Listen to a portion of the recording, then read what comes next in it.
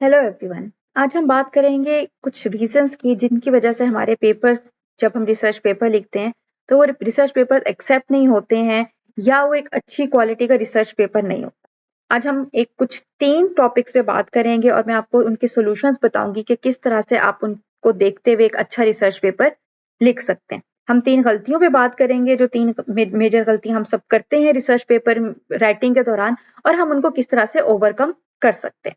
सबसे पहली चीज कि अगर आप कॉन्फ्रेंस पेपर लिख रहे हैं जिसमें ऑलरेडी आपके पास एक बहुत लिमिटेड वर्ड काउंट है, या आप एक जर्नल पेपर लिख रहे हैं जिसमें आप एक गुड अमाउंट ऑफ पेजेस का जो है वो एक जर्नल पेपर लिख सकते हैं, उन दोनों में हम एक बहुत बड़ी गलती ये करते हैं कि हम बहुत ज्यादा ओवरलोड कर देते हैं डिटेल्स से।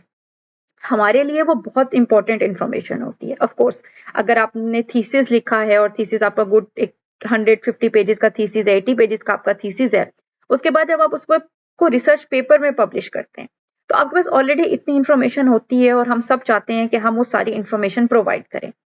बट जब हम एक जर्नल पेपर लिखते हैं तो उसकी रिक्वायरमेंट्स या कॉन्फ्रेंस पेपर की रिक्वायरमेंट्स बहुत डिफरेंट होती हैं। वहां पे आपने रीडर को इन्फॉर्म करना होता है एंड देन आपने बताना होता है कि आपने एक प्रॉब्लम का क्या सोल्यूशन दिया है। उसमें हमें बहुत ज्यादा डिटेल की या हिस्टोरिकल डिटेल्स में जाने की जरूरत नहीं होती। फॉर एग्जाम्पल, आप एक पर्टिकुलर टाइप ऑफ स्टडीज में इंटरेस्टेड है। आप फॉर एग्जाम्पल कि आप ये कहते हैं कि हमने मोबाइल एप्लीकेशन पे बात करनी है डायबिटिक्स के लिए।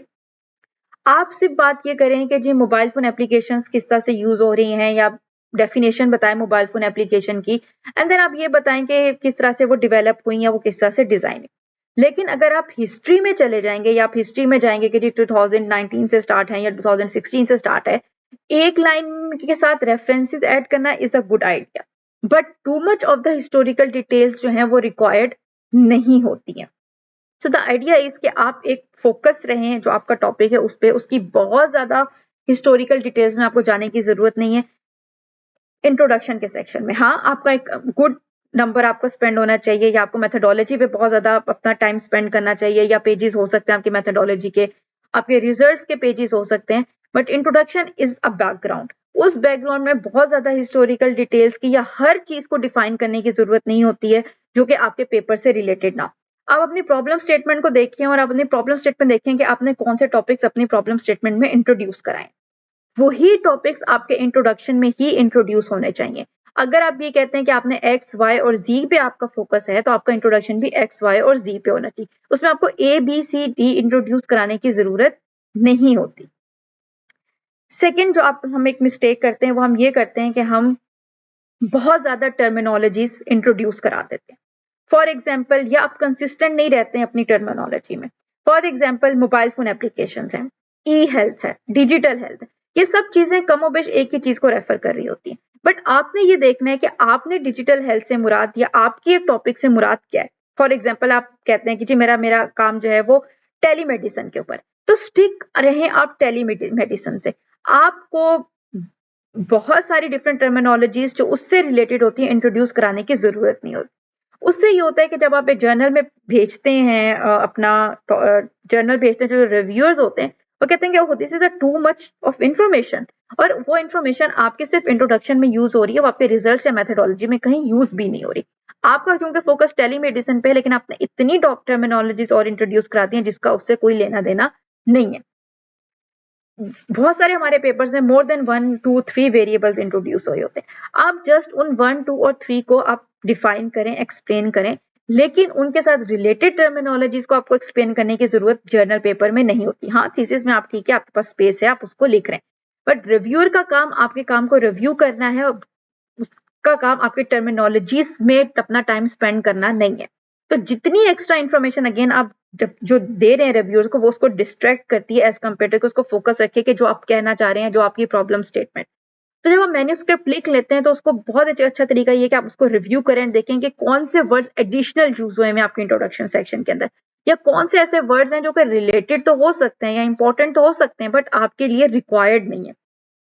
या आप अपने लिए एक टर्मिनोलॉजी की ग्लॉसरी डेवलप कर सकते हैं कि अगर मैं ये 2 3 चीजों के लिए ये टर्मिनोलॉजी यूज कर रहा हूं तो मैंने कंसिस्टेंटली यही terminology through out the research paper use करनी है।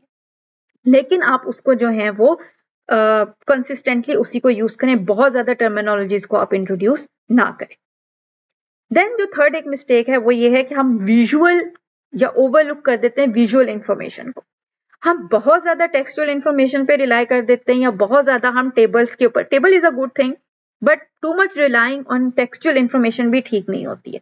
आप रिजल्ट्स को बहुत अच्छे तरीके से ग्राफ्स में, टेबल्स में, फ्लो चार्ट्स में प्रेजेंट कर सकते हैं। थीसिस में नो डाउट हमारे पास स्पेस होती है और हम चाहते हैं कि हम जितना मर्जी उसमें एक्सपैंड होकर हम लिखना चाहें हम लिख सकते हैं, बट जो रिव्यूअर है वो उसको एट अ ग्लांस आके पेपर को देखना है। उसके पास बहुत ज्यादा टाइम नहीं है कि वो इतनी ज्यादा इंफॉर्मेशन जो है वो टेक्स्ट या नैरेटिव फॉर्म के अंदर आपका रीड करे। तो ये चीज बहुत इंपॉर्टेंट है कि आप ये देखें कि कौन कौन सी इंफॉर्मेशन है जो कि फॉर एग्जाम्पल कि अगर आपने पैराग्राफ में लिखी हुई है बट वो बुलेट्स में कन्वर्ट हो सकती है, तो आप उसको बुलेट्स में कन्वर्ट कर। बहुत ज्यादा इंफॉर्मेशन जो है वो अगर एक फ्लो चार्ट में आप शो कर सकते हैं तो आप उसको फ्लो चार्ट में, क्योंकि डायग्राम्स जो है वो इंफॉर्मेशन को स्ट्रक्चर करने का एक बहुत अच्छा सोर्स होता है। बहुत सारे टूल्स आजकल ऑनलाइन अवेलेबल हैं, फॉर एग्जाम्पल draw.io है, डिफरेंट टूल्स हैं जो कि फ्री ऑफ कॉस्ट टूल्स हैं जिसमें आप अपनी इंफॉर्मेशन को समराइज कर सकते हैं इमेज फॉर्म के अंदर। तो आप ये देखें कि कौन कौन सी फॉर एग्जाम्पल मेथोडोलॉजिकल इंफॉर्मेशन है, आपने आपका फेज 1 है, आपका फेज 2 है, आपका फेज 3, आपके डिफरेंट फेजेस हैं जिनको आपने लिखा। बट अगर आप उनको एक इमेज में शो कर देंगे, ठीक है, थीसिस में आपने उनको बहुत ज्यादा एक्सप्लेन किया बट रिसर्च पेपर में आप बहुत ज्यादा एक्सप्लेन हर चीज डिटेल्स नहीं दे सकते। बट अगर आप उस प्रोसेस को एक इमेज फॉर्म में शो करेंगे या एक प्रोसेस फॉर्म में चूज करेंगे तो आपके रिव्यूअर, जर्नल पेपर का जो रिव्यूअर है वो भी इजीली अंडरस्टैंड कर सकता है एंड देन वो भी अंडरस्टैंड कर सकते हैं जो कि बाद में जिसने आपके पेपर को रीड करना है।